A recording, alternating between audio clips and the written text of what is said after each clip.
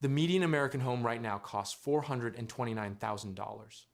The 30-year mortgage rate is sitting at 6.49% as of this week, per Freddie Mac, and the median monthly mortgage payment alone is over $2,200.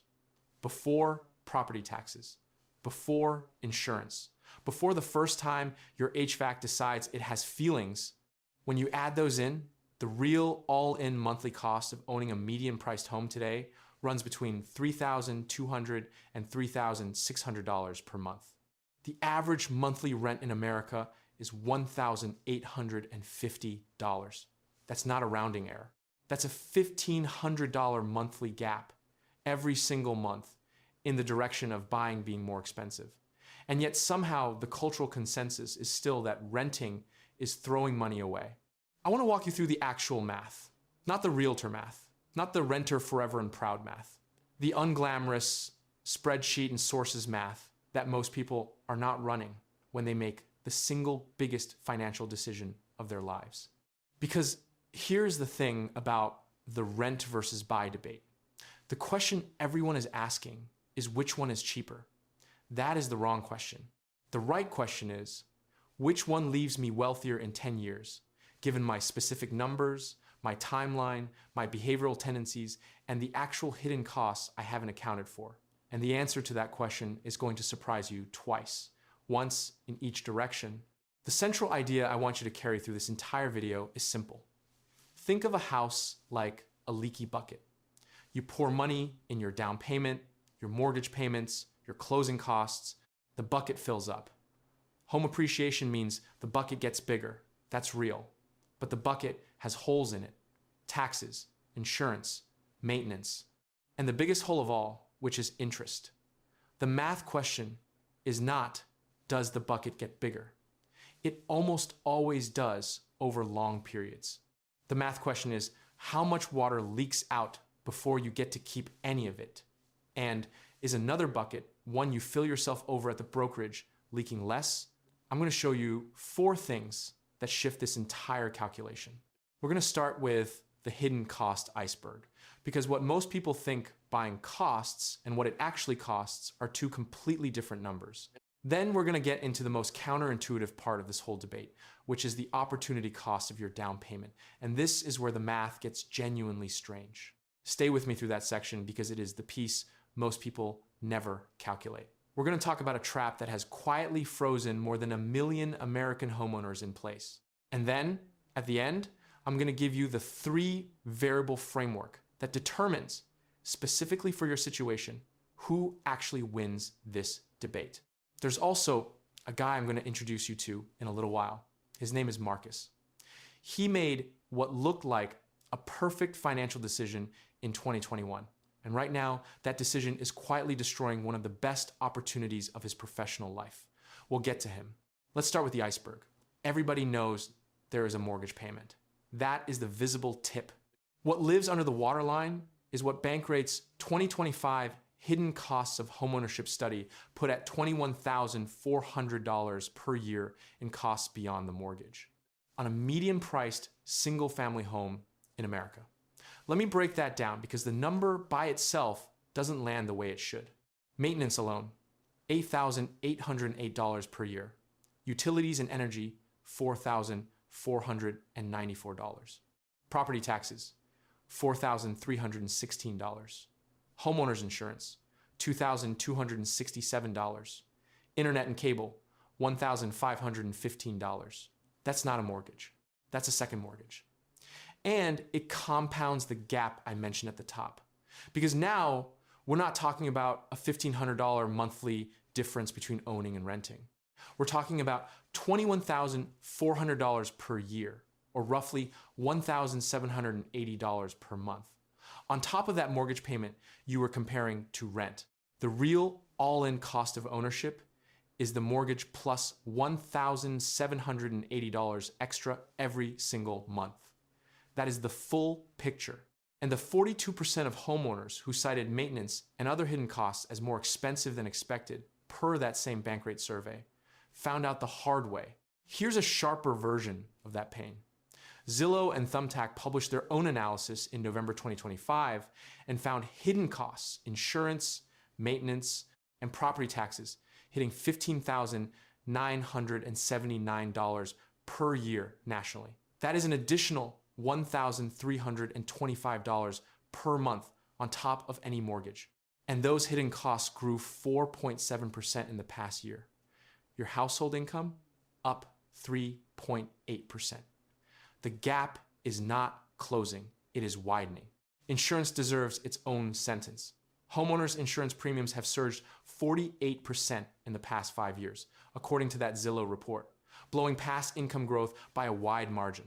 In Miami, insurance premiums have jumped 72% in 5 years. In New Orleans, 79%. Atlanta, 58%. The average annual premium is now projected to hit $3,057 by end of 2026 per Insurify. When you bought a house 5 years ago, you budgeted for insurance. You did not budget for that insurance to nearly double. You think the problem is the mortgage rate, but actually the problem is the bucket has more holes than the mortgage calculator showed you. And here's where it gets even messier. In year one of a 30-year mortgage at 6.5%, roughly 75% of every single monthly payment goes to interest, not principal. On a $320,000 loan, you might write checks totaling over $20,000 in that first year, but add only $5,500 to your actual equity through principal reduction. The rest vanish into the bank's income statement.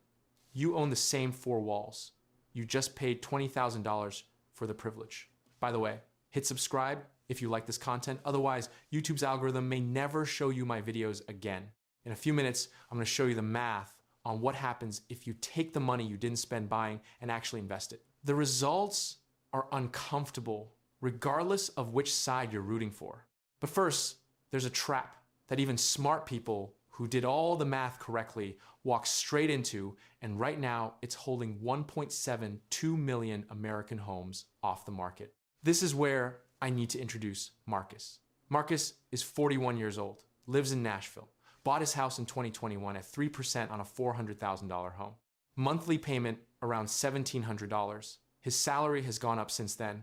He has roughly $299,000 in equity on paper. He is, by the numbers, winning the homeownership game. His wife got offered a director position in Austin 3 months ago, 30% salary increase, life-changing opportunity. They've been sitting on it ever since. Why? Because if Marcus sells in Nashville and buys in Austin, he surrenders the 3% rate. The new loan at 6.5% on a similar home would push his monthly payment from $1,700 to somewhere over $2,500. That's a $900 monthly increase every month, forever, for the same general lifestyle. And because the Austin real estate market has softened, there's no obvious equity windfall to offset it. His wife hasn't taken the job. They are still in Nashville. Marcus is not poor. Marcus is not financially irresponsible. Marcus is a case study in a phenomenon the Federal Housing Finance Agency estimates prevented 1.72 million homes from being sold between 2022 and 2024. The economists call it the lock-in effect. I call it the golden handcuffs. You bought a great mortgage, and now the mortgage owns you. As of the third quarter of 2025, roughly 80% of all mortgage-holding homeowners had rates below 6%. Over half had rates at or below 4%. That means for the majority of American homeowners, selling and buying another home at today's rates would mean a payment shock in the range of several hundred to over $1,000 per month, every month for 30 years. The Federal Housing Finance Agency published research finding that each additional percentage point of rate gap reduces a homeowner's probability of selling by 18%. Each percentage point. The downstream consequence of this? The median age of a first-time homebuyer hit a record 40 years old in 2025, according to the National Association of Realtors. Not because people stopped wanting homes, because the homes aren't coming to market. The existing owners are frozen, and the people waiting to buy are waiting longer than any previous generation on record. This is the hidden cost of buying that nobody puts in the mortgage calculator. It is not a dollar amount. It is optionality. When you buy a home, you are making a 7 to 10 year minimum commitment in most markets right now. The break-even point where buying becomes cheaper than renting after accounting for closing costs, transaction costs when selling, and the opportunity cost of your down payment lands between 5 and 7 years. Some calculators say 4 to 6. Nobody's calculator says 18 months. If you are mobile, if your career might take you somewhere, if your life situation might change, if you value the option to move, then renting is not throwing money away. It is buying flexibility, and flexibility has a price that doesn't show up on any mortgage estimate. Here's the part that never makes it into a rent versus buy calculator: the gap between knowing the math and having a system to act on it. I spent a year pulling together 50 years of actual retirement and wealth building data and distilled it into something I call the Exit Code. It's a digital book, 8 chapters, no filler, built entirely on data, not on conventional wisdom, not on what a financial advisor tells you, so they can keep charging you 1% of your assets every year to explain half of it. 2 things in the Exit Code connect directly to what we're talking about right now. First, the 58% rule. The research showing that more than half of people who attempt an early retirement or a major financial transition are forced out of their previous plan by a circumstance they did not anticipate. A health event, a job loss, a family situation, a locked-in mortgage that makes relocation impossible. The buffer strategy in that chapter is how you protect against that. Second, the dynamic withdrawal method, because if you're building wealth through a combination of real estate equity and market investments, the sequence in which you draw those down in retirement matters enormously. The standard rules don't account for what happens when your biggest asset is illiquid and the market drops at the wrong moment. The Exit Code is available through the link in the description for less than what you'd spend at a decent restaurant.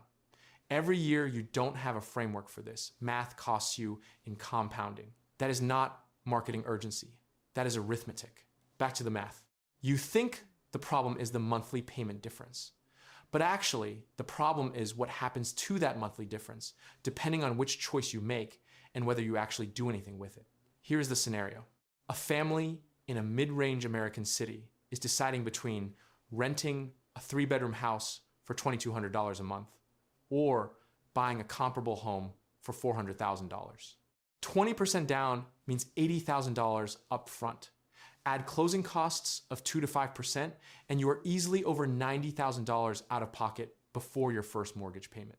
The mortgage itself, at 6.5% on a $320,000 loan, runs about $2,250 per month in principal and interest. Add the $1,780 per month in hidden costs we already established. You are at $4,030 per month, all in, against $2,200 in rent. That is an $1,830 monthly gap. Over 15 years, at 8% annual return invested in a broad market index fund, that difference compounds to approximately $270,000 in liquid, accessible wealth. Not tied up in a house, not requiring a 6 to 8% transaction cost to extract. Sitting in a brokerage account you can move, split, or liquidate in 2 business days. This is the renter wins scenario. It is real, it is mathematically valid. Now here is why it almost never happens. The person who rents and invests the difference is a fictional character. Not because renters are irresponsible, because the human brain does not naturally convert a lower monthly outflow into disciplined monthly investing. The mortgage forces the behavior. Every payment you make builds equity, whether or not you feel like it that month, whether or not the market is doing something scary, whether or not you convinced yourself you'd invest the difference and then didn't. The behavioral finance literature on this is pretty clear. Forced savings mechanisms produce actual savings. Optional savings mechanisms produce intentions. 10 plus years running a business with accountants and fiscal lawyers in my ear taught me something that most financial content refuses to say out loud. Most financial mistakes aren't math problems. They are brain problems. The rent and invest strategy is theoretically superior in many environments. In practice, the National Association of Realtors data shows homeowners have a median net worth of $430,000. Renters have a median net worth of $10,000. That is 43 times. 43 times. Now, to be fair, that gap is not purely a function of homeownership. It is also a function of income, age, geography, family structure. Homeowners tend to be older and higher income than renters on average. The comparison is not perfectly clean. But the behavioral piece is real. A mortgage payment is a forcing function. Most people, left to their own devices, will spend the difference. Not all, most. So here's where we land on the psychology. There are three types of people in this equation. The first type will invest the monthly difference with the same consistency and discipline as a mortgage payment. For them, renting and investing is genuinely competitive with buying, especially in high-cost markets and on shorter timelines. The second type will sometimes invest, sometimes spend the difference, and drift toward whatever feels easiest in a given month. For them, a mortgage is a better forced savings mechanism than their willpower. The third type will spend the difference entirely and also blame rent increases. For them, buying, despite every hidden cost, is the only savings vehicle that actually functions. Be honest about which type you are. That is the real calculation. Let me run the actual numbers on a specific case, so this is not abstract. Take two people, call them Ray and Lisa. Both are 35 years old, living in a mid-sized city, same income, same starting wealth, of $90,000 in savings. Ray buys a $400,000 home. 20% down, $80,000 plus roughly $10,000 in closing costs. He is at $90,000 out of pocket. His mortgage payment at 6.5% on $320,000 is about $2,200 per month. His true all-in monthly cost, including maintenance, taxes, insurance, and utilities, $4,000 per month. Lisa rents a comparable place for $2,200 per month. She invests her remaining $80,000 in a broad market index fund, and she invests the $1,800 monthly difference every single month. At the end of year 10, what does the math look like? Ray's home has appreciated at the FHFA's current real-world pace of 1.7% per year, which is the actual figure from their first quarter 2026 report. Not a rosy historical average. His $400,000 home is now worth $473,000. He has paid down roughly $42,000 in principal. Gross equity, roughly $195,000.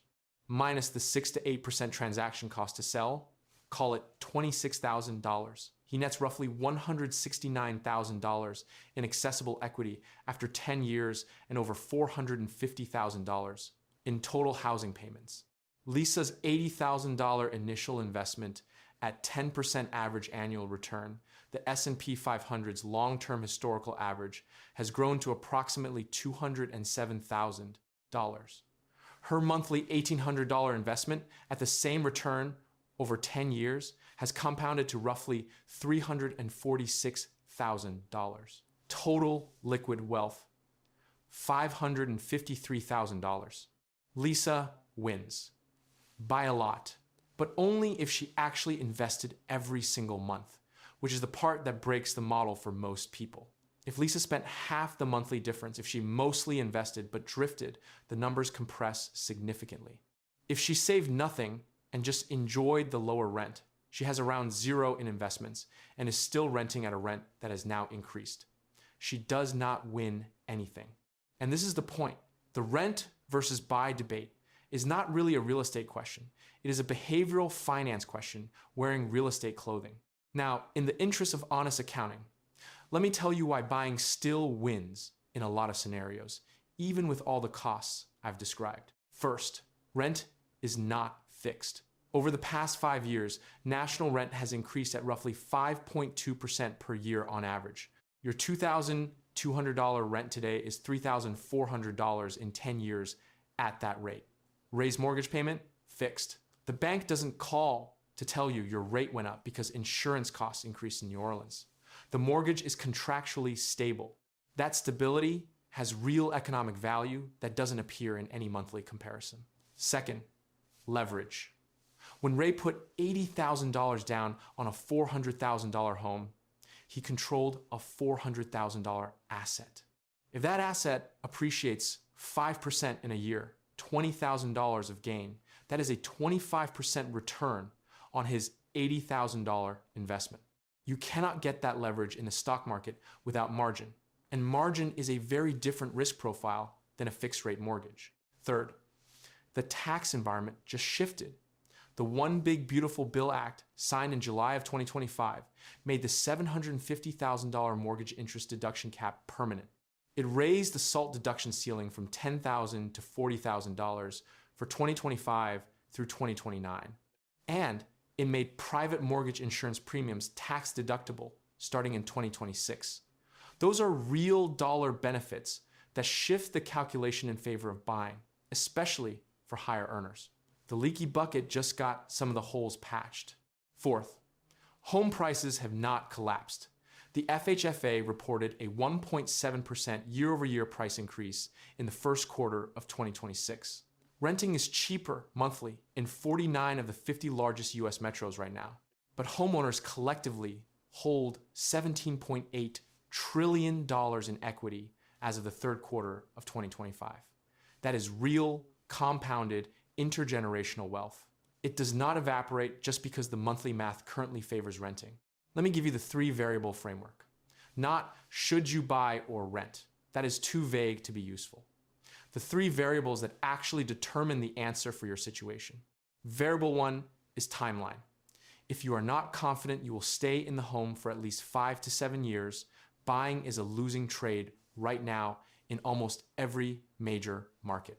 The break-even point, the moment where the equity, appreciation, and rent inflation protection outweighs the upfront costs and monthly premium, sits at 5 to 7 years in current market conditions. Under that threshold, renting wins mathematically in most scenarios. Over 7 years, buying tends to win, especially if you hold the discipline on maintenance reserves and avoid treating the home equity as a piggy bank. Variable 2 is the price to rent ratio in your specific market. This is the home price divided by the annual rent for a comparable property. A ratio above 20 typically favors renting. Below 15 typically favors buying. Most major US markets right now sit between 18 and 25. San Francisco is in the mid-40s. Birmingham, Alabama is in the low teens. The national average tells you almost nothing. Your city's number tells you everything. Look it up before you decide anything else. Variable 3 is behavioral honesty. Will you actually invest the difference? Not do you intend to, not you should. Will you? If you have a history of drifting, lifestyle creep, treating savings as a buffer that slowly gets spent, then the forced savings mechanism of a mortgage is worth more than any spreadsheet advantage renting might show. If you have a brokerage account you've been contributing to consistently for the past 5 years without fail, then you might be the type of person for whom renting and investing outperforms buying in a high-cost, high-rate environment. Nobody in the financial media wants to say this because it sounds judgmental. But here it is. The best wealth-building strategy is the one you will actually execute for 15 years. Not the one that looks best in a spreadsheet. Back to Marcus. Marcus and his wife eventually made a decision. Not the one you'd expect. They didn't sell. They didn't move to Austin. What Marcus did was negotiate a hybrid remote arrangement 3 days per week in Austin, 2 remote from Nashville. It's not perfect. The commute is brutal every Tuesday, but he kept the 3% mortgage. His wife took a partial version of the role. They preserved the locked-in rate and the equity. Is that the right call? By the numbers, it might be. By every other measure, quality of life, career trajectory, proximity to family, where they actually want to live, the answer is less clear. And that is the part that doesn't appear in any calculator. A mortgage is a financial instrument that is also a life decision. The two are not separable. When you buy a home, you are not buying a return. You are buying a set of constraints. Make sure the constraints are ones you can live with, literally and figuratively, for the entire break-even period. The real estate industry has spent decades positioning the rent versus buy question as a values debate. Renting is throwing money away. Buying is building equity. These are not economic arguments. They are marketing slogans designed to move product. The real argument is messier. and more honest. Both paths can build wealth, both can destroy it. The outcome depends almost entirely on variables that are specific to you, your timeline, your market, your discipline, your life's optionality requirements. Here's what I'd actually do if I were sitting down with the numbers right now. First, calculate your full all-in monthly cost of buying, not the mortgage payment. Mortgage plus $1,300 to $1,800 in hidden costs minimum. That is your real number. Compare that to the rent on a comparable property. If the gap is over $1,000 per month and your timeline is under 5 years, the math almost certainly does not work in favor of buying right now. Second, calculate your opportunity cost on the down payment. Take that $80,000 or $90,000. What does it return at 10% annually over your intended holding period? Compare that to the equity you would accumulate in the home over the same period at current appreciation rates. Do not cherry pick a historically exceptional appreciation rate. Use 1.7%. It's boring. It's real. It's what the FHFA just reported. Third, look at your price to rent ratio. If it's above 22 in your market, renting and investing requires less capital, delivers more liquidity, and gives you optionality. If it's below 16, the buy calculus improves considerably. This is the variable most people skip entirely because it requires 5 minutes of research instead of checking Zillow. These 3 steps will give you a more accurate picture of the rent versus buy decision in 2026 than any realtor presentation, any "the market always goes up, uncle at Thanksgiving," or any online calculator that doesn't ask you about your behavioral track record with surplus cash. Lazy investing built more fortune than crypto memes. And renting, done strategically and with actual follow-through on the investing side, built more than a few of those fortunes too. The house with the leaky bucket is not the enemy, but it's also not automatically the hero of your financial story. Run the full math, include every hole in the bucket, and then decide. The most expensive mistake in this debate is not choosing the wrong option. It's choosing based on a number you never actually calculated. The 30-year fixed-rate mortgage averaged 6.49% as of July 9th, 2026, according to Freddie Mac's primary mortgage market survey. The median price of existing single-family homes hit $429,300 in May 2026, per the National Association of Realtors. The median monthly mortgage payment alone is $2,205, according to Mortgage Bankers Association data from January 2025. For a $400,000 home with 20% down at a 6.5% mortgage rate, the total monthly cost of ownership runs roughly $3,200 to $3,600. While that same person might rent a comparable home for $2,200 to $2,500.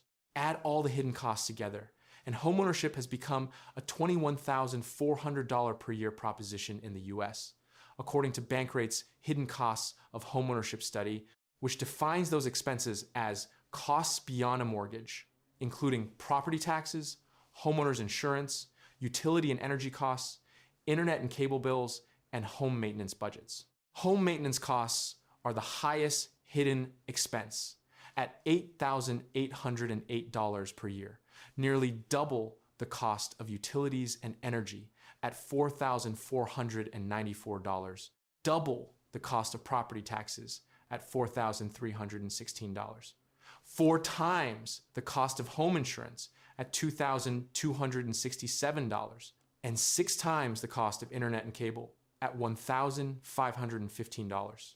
Insurance premiums have surged 48% in the past 5 years, exceeding household income growth, while total hidden costs have increased 4.7% in the past year, against household income growth of 3.8%.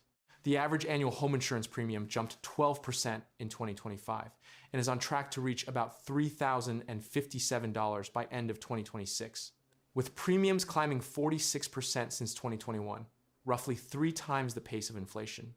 With a 30-year loan at 6.5%, roughly 75% of early payments go toward interest, not principal. Meaning on a $320,000 loan, you might pay over $20,000 in the first year, but add only $5,500 to your equity through principal reduction. The Federal Housing Finance Agency estimated that the lock-in effect prevented 1.72 million homes from being sold between 2022 and 2024. The lack of available homes was one of the reasons the median age of first-time homebuyers reached a record 40 years old in 2025, with the National Association of Realtors reporting that the median expected tenure in a purchased home is now 15 years, with 28% of buyers declaring it their forever home. Federal Housing Finance Agency research found that each percentage point of rate lock-in reduces a mortgage-bearing homeowner's probability of executing a sale by 18%. Just over half of homeowners with mortgages had rates at or below 4%. More than 2/3 had rates of 5% or less, and roughly 80% had rates below 6%, keeping many from moving, as the typical homeowner would see their monthly housing payment shoot up by nearly $1,000 if they sold to buy a new median-priced property. Federal Reserve data show the average homeowner is 43 times as wealthy as the typical renter, with homeowners' median net worth at $430,000 compared to $10,000 for renters. According to ICE Mortgage Technology's August 2025 Mortgage Monitor, American homeowners entered the third quarter of 2025 with a combined $17.8 trillion in total home equity, an all-time record of which $11.6 trillion is considered tappable, with the average mortgage-holding homeowner sitting on about $299,000 in equity. There are genuine scenarios where renting makes you wealthier than buying. If you rent for $2,300 instead of buying for $3,400, that $1,100 monthly difference invested in a broad market index fund averaging 8% annual returns turns into about $200,000 over 15 years. Real liquid wealth, not locked up in a house you would need to sell or borrow against to access. The renter who invests the difference builds wealth. The renter who spends the difference does not. If you know yourself well enough to know you would invest consistently, the rent and invest strategy can be powerful. But if that money would disappear into lifestyle creep, the forced savings of a mortgage payment might serve you better. The One Big Beautiful Bill Act, signed July 4th, 2025, made the $750,000 mortgage interest deduction cap permanent, raised the SALT deduction ceiling from $10,000 to $40,000 for 2025 through 2029, and made private mortgage insurance premiums tax deductible starting in 2026. U.S. house prices rose 1.7% between the first quarter of 2025 and the first quarter of 2026, according to the FHFA House Price Index.